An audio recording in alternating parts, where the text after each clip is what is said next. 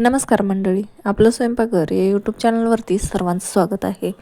आज आपण हिरव्या मिरचीची एक रेसिपी पाहणार आहे, जे की तुम्हा सर्वांना आवडेल। तर ती रेसिपी बनवण्यासाठी मी इथे 8 ते 9 हिरव्या मिरच्या घेतलेल्या आहेत। या मिरच्या जास्त तिखट नाहीत आणि जास्त सपकही नाहीत, मीडियम चवीच्या या मिरच्या इथे घेतलेल्या आहेत। तर आता मी या मिरच्यांचे सर्व देठ काढून घेणार आहे। अशा पद्धतीने मी या मिरच्यांचे सर्व देठ काढून घेतलेले आहेत।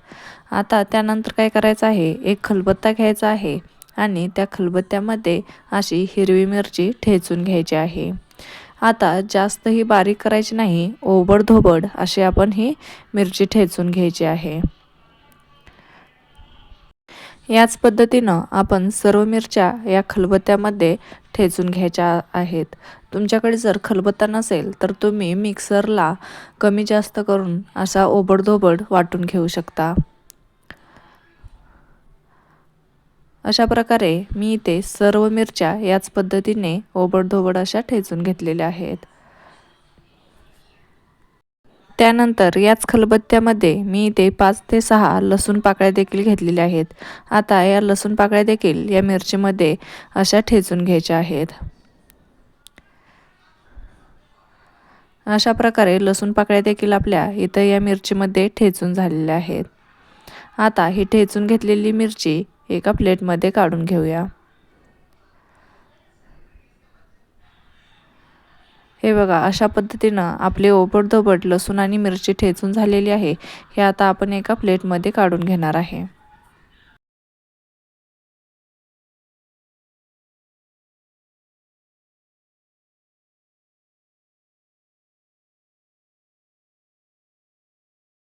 आता आपण ठेचून घेतलेली ही सर्व मिरची एका प्लेटमध्ये काढून घेतलेली आहे।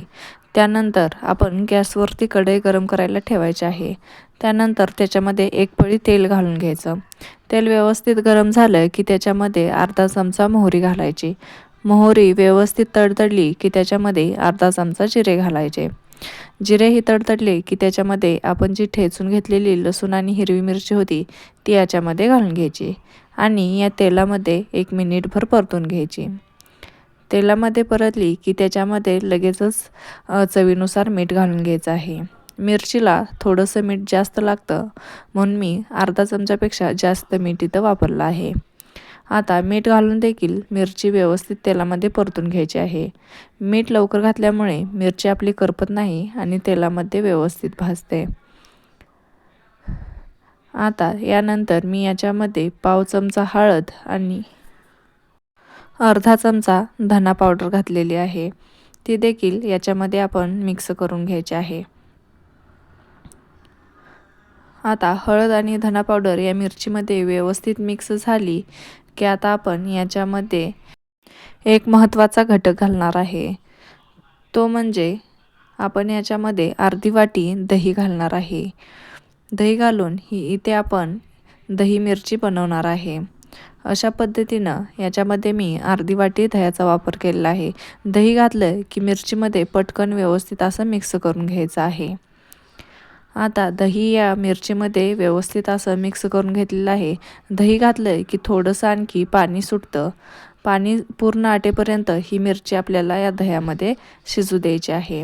यातलं पाणी पूर्ण आटलेलं आहे आणि या मिरचीला तेल सुटलेलं आहे। हे बघा, अशा पद्धतीनं या मिरचीला तेल सुटलेलं आहे। यानंतर गॅस बंद करायचा आहे आणि मिरची परत एकदा परतून घ्यायची आहे। त्यानंतर आपण याच्यावरती बारीक कट करून घेतलेली कोथिंबीर घालून घ्यायची आहे। तर अशा पद्धतीनं आपली इथे दही मिरची एकदम झटपट अशी तयार झालेली आहे।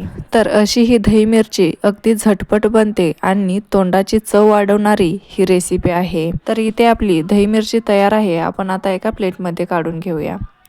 अशा पद्धतीनं इथे आपली झटपट अशी दही मिरची तयार झाली आहे। ही दही मिरची तुम्ही पराठे, धपाटे, थालीपीठ किंवा चपातीसोबत देखील खाऊ शकता। जर कधी घरामध्ये भाजीसाठी काहीच नसेल तर त्यावेळी ही अशी झटपट अशी दही मिरची नक्की ट्राय करू शकता।